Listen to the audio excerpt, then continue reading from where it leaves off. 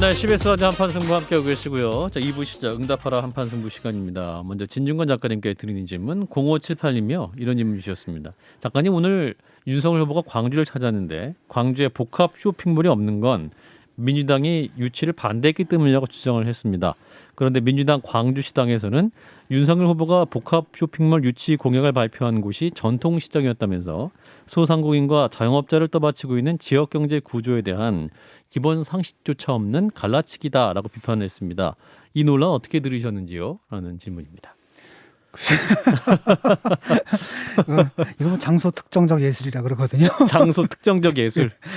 사실 어울리지 않는 장소에서 네. 원래 할 수도 있는 공연 아니겠습니까? 그런데 어울리지도 않는 장소에서 하다 보니까 이상한 코미디가 되어버린 것이고요. 예. 일종의 해프닝이라고 보고 있습니다. 그리고 또 누구죠? 저 이재명 후보도 또 택시 하시는 분들 만나가지고 뭐 자영업하다 이거 하다 망하면은 결국 마지막으로 오는 데가 택시다 또 이런 발언 하지 않습니까? 그래서 후보들의 이런 발언들, 그러니까 선거판을 좀 재밌게 해주는 뭐랄까 양념 같은 발언이다. 뭐 이렇게 이런 실언들이 네네. 뭐 그냥 그 정도로 가볍게 생각하면 될 것 같아요. 네, 김 소장님.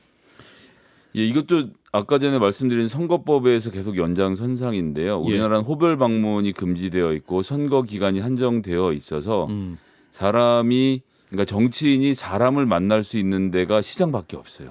아, 그러니까 시장 상인들을 항상 찾아가고 시장 상인들이 반갑게 와주시는 사진을 찍기 때문에 시장이 실제로 시민들이 가지는 중요성 이상으로 정치인들이 신경을 쓸 수밖에 없는 구조가 있습니다. 그러니까 시청에 방문해서 건축과를 갔다가 저기 그 옆에 있는 회계과에 가서 안녕하세요라고 인사를 했던 최민희 의원은 선거법 위반으로 죄송합니다.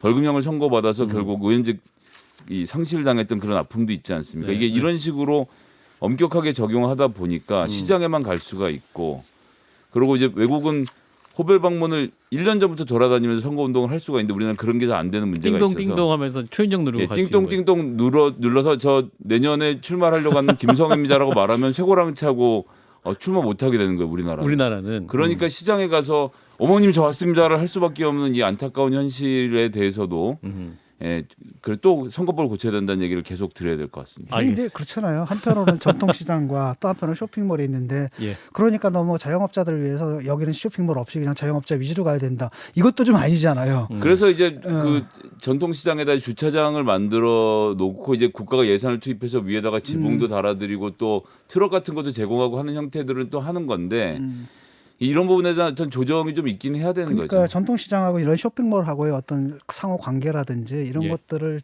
좀 잘해서 조정을 잘하는 이런 안을 좀 내놨으면 좋겠습니다. 예, 첫 번째 질문을 두 분이 풍부하게 답변을 하셔서요. 여기까지 하겠습니다. 응답하라 한판승부였습니다.